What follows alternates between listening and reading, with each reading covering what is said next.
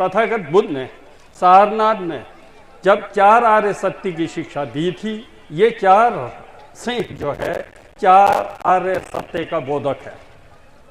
पहला सिंह, तथागत बुद्ध का मानना है कि ये संसार दुख में है। संसार क्या है? दुख है। इसलिए संसार दुख है ऐसा तथागत बुद्ध जो है प्रतिज्ञा करते हैं। कोई भी व्यक्ति संसार दुख है इसका कोई उल्लंघन नहीं कर सकता है, उसका कोई विरोध नहीं कर सकता है। ये आप अपने दैनिक जीवन में देख सकते हैं। क्या आप सुखी हैं? क्या आपके परिसर में लोग सुखी हैं? समाज में हर एक व्यक्ति से आप अगर प्रश्न करेंगे तो पता लगेगा कि सभी के साथ कुछ न कुछ समस्या है, दुख है। इसलिए तथागत बुद्ध का कहना है कि संसार दुख है। ये दुख है तो उसके पीछे उसका कारण है। कारण के बिना कार्य संपन्न नहीं होता है। उसका कारण क्या है? दुख का कारण तृष्णा है। तथागत बुद्ध ने दुख का कारण को तृष्णा, विकृत इमोशंस को कहा है। डिस्ट्रक्टिव इमोशन जो विकृतियां हैं, राग, द्वेष, मोह, जब तक हमारे अंदर राग, द्वेष, मोह, ईर्ष्या आदि रहेंगी, हम कभी भी दुख से मुक्त नहीं हो सकते हैं। तथागत बुद्ध ने राग, द्वेष, मोह को एक प्रकार से कोपरा सांप के तरह बताया है।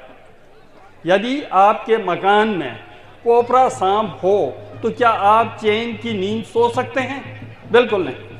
ठीक उसी प्रकार जब तक हमारे मन मस्तिष्क के अंदर राग, द्वेष, मोह, ईर्ष्या आदि विकृतियां रहेंगी, तब तक हम कभी भी सुख में जीवन नहीं जी सकते हैं। इसीलिए तथागत बुद्ध ने दुख का कारण को क्या कहा? क्लेश, विकृतियों को कहा।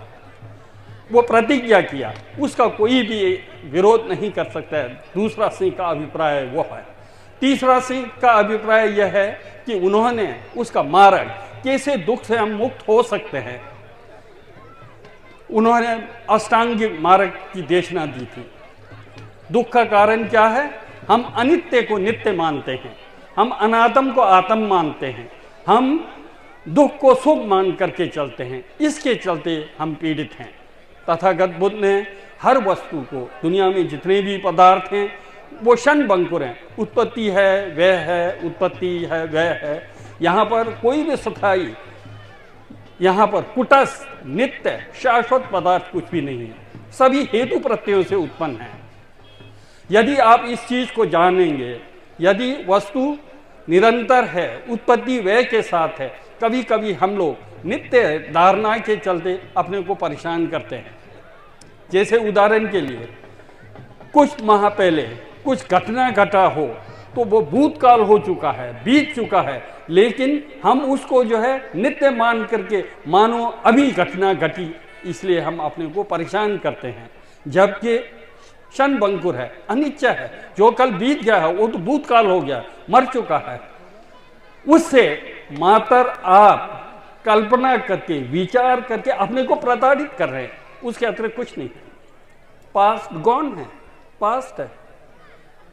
तो अनावश्यक हम क्या करते हैं? अनित्य को न समझ करके नित्य मान करके परेशानी झेलते। ठीक उसी प्रकार हम भविष्य की चिंता करते रहते हैं, जबकि भविष्य भी भविष्य के गर्भ में है। भविष्य का कारण जो वर्तमान है, यदि आप वर्तमान को साधेंगे भविष्य तो अच्छा होगा ही होगा। इसलिए भविष्य की चिंता की आवश्यकता नहीं।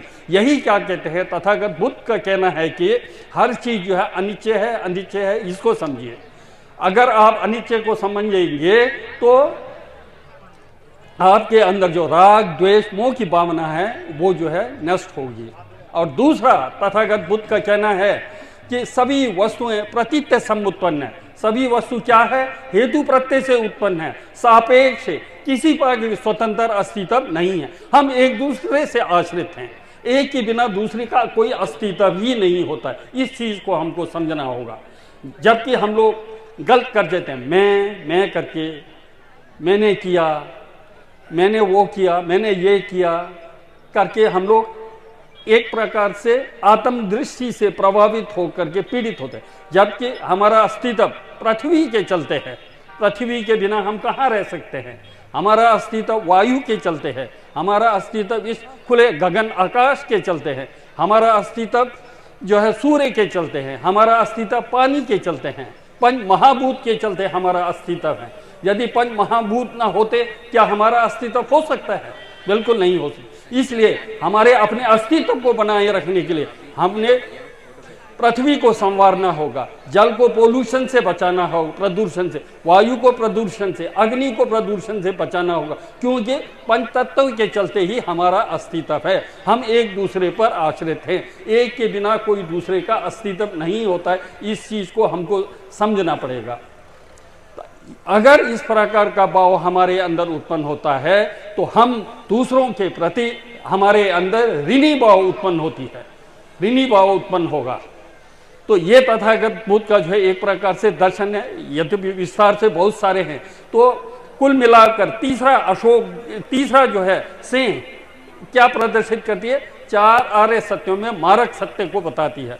चौथा सिंह जो है क्या है? निर्वाण को बताती है। यदि आप मारक सत्य का अनुकरण करेंगे तो आप निर्वाण की प्राप्ति करेंगे। इसलिए 4 सिंह का अभिप्राय जो है 4 आर्य सत्यों से लेना है।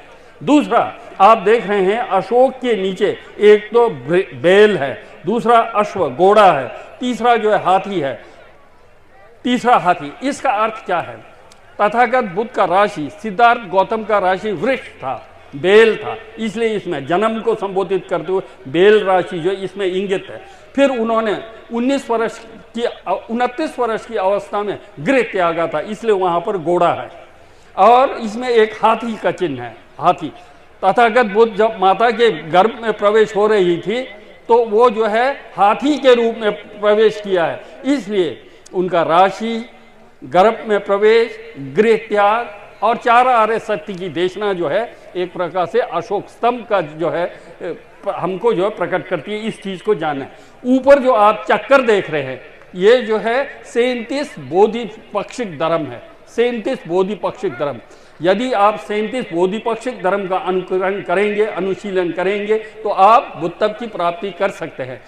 तो इन्हीं शब्दों के साथ मैं पुनः आप लोगों से यही कहना चाहूँगा, ये मेरा अपना व्यक्तिगत विचार है, यदि अशोक नहीं होते तो बौद्ध धर्म का प्रचार प्रसार संभव नहीं था।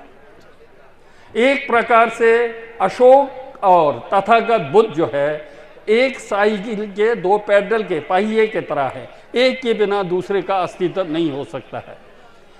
यदि अशोक ना होते तो बौद्ध धर्म का प्रचार दुनिया में नहीं फैलता। इसलिए हम सबको भी भिक्षु लोगों का अपना दायित्व है कि अध्ययन करें और लोगों को जो है त्रिशील शिक्षाओं का, शील समाधि प्रज्ञा के बारे में लोगों को जागृत कहें, लोगों को उपदेश दें। और उपासक लोगों का धर्म है, जैसे अशोक ने अपने बौद्ध धर्म दर्शन के प्रचार प्रसार के लिए सब कुछ समर्पित किया, उसी प्रकार यदि आप लोग भी बौद्ध धर्म के लिए अपना व्यक्तिगत रूप से जो संभव है वो योगदान देंगे, तभी बौद्ध धर्म का प्रचार और प्रसार जो है संभव हो सकता है। तो इन्हीं शब्दों के साथ पुनः आयोजकों ने जो महान उद्देश्य को लेकर के यहाँ ये आयोजन किया है, मैं तथागत बुद्ध से प्रार्थना करता हूँ कि वो यथाशीघ्र संपन्न हो करके आपका इस एरिया को जो है दुनिया के मानचित्र पर स्थापित करें। इन्हीं शब्दों के साथ पुनः आयोजकों को मैं धन्यवाद देना चाहता हूँ। धन्यवाद।